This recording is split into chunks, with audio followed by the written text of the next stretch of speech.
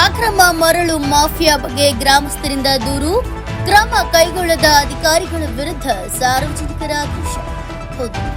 ಬೀದರ್ ಜಿಲ್ಲೆ ಬಾಲ್ಕಿ ತಾಲೂಕಿನ ವಾಂಜರ್ಖೇಡ ಗ್ರಾಮದ ಬಳಿಯ ಮಾಂಜ್ರಾ ನದಿಯಲ್ಲಿ ಟ್ರಾಕ್ಟರ್ ಮೂಲಕ ಅಕ್ರಮವಾಗಿ ಮರಳು ಸಾಗಾಟ ಹೆಗ್ಗಿಲ್ತಾ ನಡೀತಾ ಇದೆ. ಗ್ರಾಮಸ್ಥರಿಂದ ಜಿಲ್ಲಾಧಿಕಾರಿಗಳು, ಹಿರಿಯ ಗಣಿ ಮತ್ತು ಭೂ ವಿಜ್ಞಾನ, ಜಿಲ್ಲಾ ಪೊಲೀಸ್ ವರಿಷ್ಠಾಧಿಕಾರಿ, ತಹಶೀಲ್ದಾರ್, ಸ್ಥಳೀಯ ಪಿಎಸ್ಒ ಅವರಿಗೆ ಅಕ್ರಮ ಮರಳು ಸಾಗಾಣಿಕೆ ಕುರಿತು ಗ್ರಾಮದ 86 ಜನ ರೈತರು ದೂರು ನೀಡಿ ವಾರ ಕಳೆದರೂ ಸೂಕ್ತ ಕ್ರಮ ಕೈಗೊಳ್ಳದ ಅಧಿಕಾರಿಗಳ ವಿರುದ್ಧ ರೈತರು ಪತ್ರಿಕಾಗೋಷ್ಠಿ ನಡೆಸಿ ಆಕ್ರೋಶವನ್ನು ಹೊರಹಾಕಿದರು. ಕೆಲ ಅಧಿಕಾರಿಗಳು ಮರಳು ದಂಧೆಕೋರರೊಂದಿಗೆ ಕೈ ಜೋಡಿಸಿದ್ದರಿಂದ ಸರ್ಕಾರಕ್ಕೆ ಪ್ರತಿನಿತ್ಯ ಲಕ್ಷಾಂತರ ರು ನಷ್ಟವಾಗುತ್ತಿದೆ. ಇಲಾಖೆ ಅಧಿಕಾರಿಗಳಿಗೆ ಸಾರ್ವಜನಿಕರು ಖಚಿತ ಮಾಹಿತಿ ನೀಡಿದರೂ ಸಹ ಕಾನೂನು ಕ್ರಮ ಜರುಗಿಸುತ್ತಿಲ್ಲ ಎಂಬುದು ಗ್ರಾಮದ ರೈತ ರಾಹುಲ್ ಶ್ರೀಧರ್ ಬಗದೂರೆ ಅವರ ದೂರಾಗಿದೆ. ಯಾವೊಬ್ಬ ಅಧಿಕಾರಿಗಳು ಇತ್ತ ಕಡೆ ಗಮನ ಹರಿಸಿಲ್ಲ. ಮರಳು ತೆಗೆಯೋದ್ರಿಂದ ಅಂತರ್ಜಲ ಮಟ್ಟ ಕಡಿಮೆ ಆಗ್ತಿದ್ದು ಬೇಸಿಗೆಯಲ್ಲಿ ದನಕರುಗಳಿಗೆ ಕುಡಿಯುವ ನೀರಿನ ಸಮಸ್ಯೆ ಉದ್ಭವ ಆಗಲಿದ್ದು ಕೂಡಲೇ ಜಿಲ್ಲಾಧಿಕಾರಿ ಹಾಗೂ ಜಿಲ್ಲಾ ಉಸ್ತುವಾರಿ ಸಚಿವರು ಈ ಬಗ್ಗೆ ಕ್ರಮ ಕೈಗೊಳ್ಳಬೇಕೆಂಬುದು ರೈತ ಶಿವಾಜಿ ಮಧುನೂರೆ ಅವರ ಆಗ್ರಹವಾಗಿದೆ. ಶ್ರೀಮಂತರಾವ್ ಇಂಚೂರೆ, ಇನ್ಕ್ರಿಸ್ಟವೇ ಫೋರ್ಟ್ ಬೀದರ್.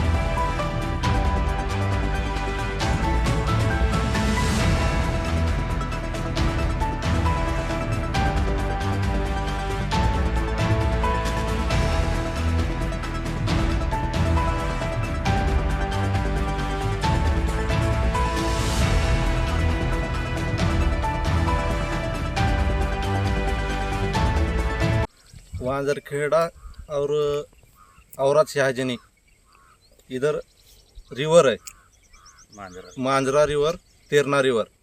इधर किसान के लिए कुछ प्रॉब्लम हो रहा है. इधर मिनिमम 6-7 बोट चालू है कंटिन्यू में. हम सभी किसानों ने लगभग 70-80 लोगों ने साइन करके बीदर डिस्ट्रिक्ट को दिया है. डिपार्टमेंट यानी डीसी डिपार्टमेंट, फिर से एसपी डिपार्टमेंट, माइंस वाले को, और इधर मेहकर पुलिस स्टेशन हमने एप्लीकेशन दिया है. और इधर के बोट वालों को भी बता दिया है कि ऐसा ऐसा किसानों को प्रॉब्लम हो रहा. तुम इधर से बालू निकाले, उधर का ऊपर का पानी पूरा नीचे आ रहा. उधर लगभग 60-70 जो खेत वाले हैं किसान लोग, उनका पानी इधर नीचे आ रहा. लगभग तकरीबन 6-7 एकड़ वाले किसान हैं जो गन्ना लगाए वाले हैं, उनको प्रॉब्लम हो रहा. ऐसा ऐसा पानी इधर आने की वजह से हमारा मिनिमम पानी ये अगर रेत नहीं निकाले तो तकरीबन 4 महीने तक जाता है इधर पानी. इन्हों अगर कंटिन्यू में रेत निकाले 1 महीने में हमारा पानी ख़त्म होता उधर से. इसीलिए हमारी रिक्वेस्ट है कि जल्द से जल्द ये बंद होना चाहिए.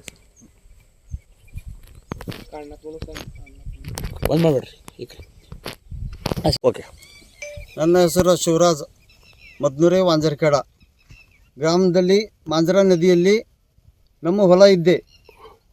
ಆ ನಂತರ ಈ ಮಾಂಜ್ರಾ ತೆಳಗ ಮಹಾರಾಷ್ಟ್ರ ಬಾರ್ಡರ್ಗೆ 8 ಬೋಟ್ ಚಾಲು ಇದ್ದೆ ರೇತ್ ತೆಗಿಲತ್ತಾರ. ಅದ್ರ ಕಡೆಯಿಂದ ನಮಗೆ ನೀರು ಸಾಲಲ್ಲ. ನಮ್ಮ 8 ಎಕರೆ ಅದು ಮಹಾರಾಷ್ಟ್ರ ಬಾರ್ಡರ್ದಾಗ ಅದ, ನಿಮಗೆ ಬಿ ಬರ್ತಲ್ಲ ಅದು? ಎರಡು ಬಾರ್ಡರ್ ಅದ. ಅಂದ್ರೂ ನಮಗೆ ನೀರಿನ ಸವಲತ್ತು ಇಲ್ಲ. ಮುಂದೆ ಈಗ 1 ತಿಂಗಳದಾಗ ನೀರು ಖಲಾಸ ಆಯ್ತಾವ. ದನಗಳಿಗೆ ಕುಡಿಲಾಕ ನೀರು ಇರಲ್ಲ, ಮನುಷ್ಯರಿಗೂ ಸಿಗಲ್ಲ. ಅಂದ್ರೆ ಈ ರೇತಿ ತೆಗೆದ್ರಿಂದ ನಿಮಗೆ ಕುಡಿಯೋ ನೀರು ಸಿಗಲ್ಲ ಅನ್ನತ್ತೀರಿ, ಮತ್ತೆ ನಿಮ್ಮ ಬೆಳೆನೂ ಉಳಿಯಲ್ಲ. ಬೆಳೆನೂ ಉಳಿಯಲ್ಲ. ಇದು ಎಷ್ಟು ದಿನ ಆಯ್ತು ಚಾಲು ಅದ ಈ ರೀತಿ ಕೆಲಸ? ಇದು ಏನೇ 15 ದಿನ ಚಾಲು ಐತ್ರಿ. 4 ದಿನದಾಗೆ 2 ಇಂಚ್ ನೀರು ಕಮ್ಮಿ ಆಗ್ಯಾವ. 2 ಫೀಟ್ ಎಲ್ಲದ ಬೋಟು ಈಕರೆ ಬೋಟ್ ಈಕರೆ.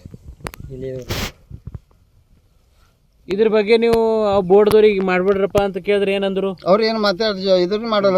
ಡೇದಾಗ ಬಂದ್ ಮಾಡತ್ತಾರ, ನೈಟ್ದಾಗ ಚಾಲು ಮಾಡತ್ತಾರ. ಅಧಿಕಾರಿಗಳಿಗೆಲ್ಲ ಲೆಟರ್ ಕೊಟ್ರೇನು? ಎಲ್ಲ ಲೆಟರ್ ಕೊಟ್ಟಿದ್ದಾರೆ. ಕೊಟ್ಟು ಬಂದ ಕಸಿ 4 ದಿವಸ ಯಾವುದೇ ಕ್ರಮ ವಹಿಸಲಿಲ್ಲ ಅಂತ? ಇಲ್ಲ. ಹೋದ ವರ್ಷ ಬಿ ಕೊಟ್ಟಿದ್ದು. ಯಾರಿಗಾರಿಗೆ ಕೊಟ್ಟಿದ್ರಿ ಲೆಟರ್? ಅದು ಅದಲ್ಲ ಅಲ್ಲಿ ಲೆಟರ್ ಏನ್ರದು? ಹಾಂ ರೀ.